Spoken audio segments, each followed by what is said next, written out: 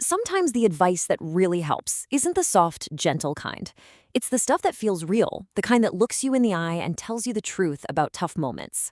Today, we're going to break down a quote that does exactly that. It's some of the most practical guidance I've ever heard for when things get hard. So, let's dive in. Here it is. It's often attributed to Morgan Freeman, and you can just hear it in that voice, can't you? So calm, so clear, so direct. This isn't some fluffy, feel-good platitude promising you that everything's going to be easy. Nope. This is advice that feels like it's been through it. It feels grounded in real life, because it just tells you what works. Now, I know at first glance, some of these words can feel a little harsh, but the wisdom in here is actually incredibly compassionate, not cruel at all. I think it resonates with so many of us because deep down, it just feels true. So let's really unpack it piece by piece.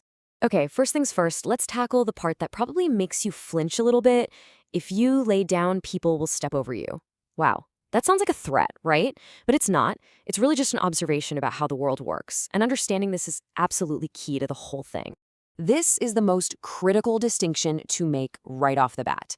This quote is not saying you should never rest. It's not saying you can't feel tired or take a pause. What it is saying is, don't give up your agency. Don't collapse into total resignation. Don't just hand your life over to the ground and say, that's it.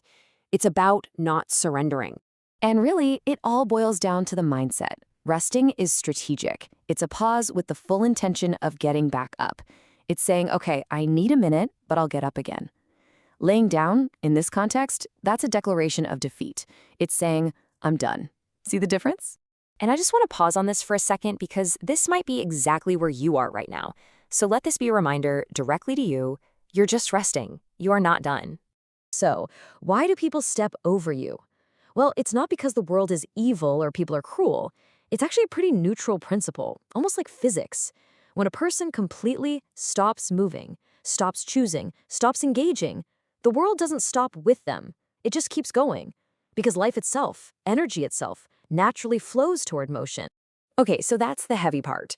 But now let's get to the second half of the quote, because this is where everything shifts. This is where it goes from a warning to a message of just profound hope. This right here, this is so important. We have this crazy idea that we need to have it all together, that we need to be perfect before anyone will help us. But it's the total opposite of the truth. Help isn't drawn to perfection. It's drawn to effort, to that messy, imperfect, visible sign that someone is trying. Now, the quote uses the word scrambling. And when you hear that word, you probably think of panic, right? Chaos. But that's not what it means here. In this context, scrambling is the proof that you're still in the game. It means you are still making choices, still adjusting your footing, you are still showing signs of life. And I bet if you think about it, you've seen this in your own life. Those random moments of unexpected kindness from a stranger. That one door opening just enough right when you needed it to.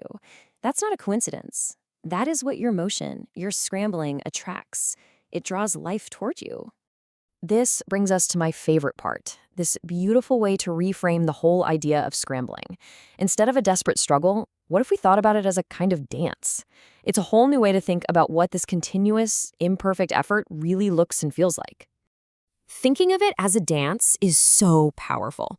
It means you're not supposed to be marching in some rigid, perfect line. You're not meant to be grinding yourself into dust. No, you're dancing with the day.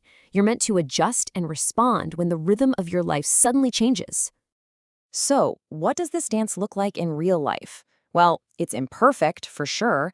It has to be responsive. And yeah, sometimes it's going to be clumsy. Other times it's joyful. But the one thing it is always is moving. It accepts all the different steps. And this is such a powerful idea.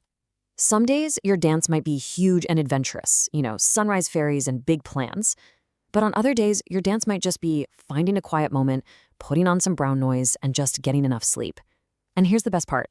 Both of them count as dancing. They are both valid, necessary movements.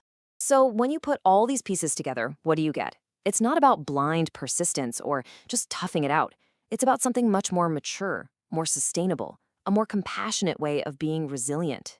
This is the balance we're all looking for, isn't it? It's about holding both of these truths at the same time. Don't quit. Don't let the hard stuff make you hard or freeze you in your tracks. But also, and this is so important, Don't beat yourself up for needing to catch your breath. That breath is part of the dance. So this is the image to hold on to. When you have to pause, you're not lying down on the ground in defeat. You are simply catching your breath between the steps of the dance. That's how you make it for the long haul. Okay, so if we had to boil all of this down into one single actionable thought, one line to carry with you, what would it be? It's this: rest when you need to, but don't surrender your feet. It just captures the whole balance perfectly, doesn't it? It gives you full permission to recover, to be human, but it reminds you to never, ever give up your choice to move again. So please, remember that. Whatever today looks like for you, whether it was a giant leap forward or just a tiny little shuffle, you're still in motion. You're still dancing. Even, and maybe especially, on the quiet steps.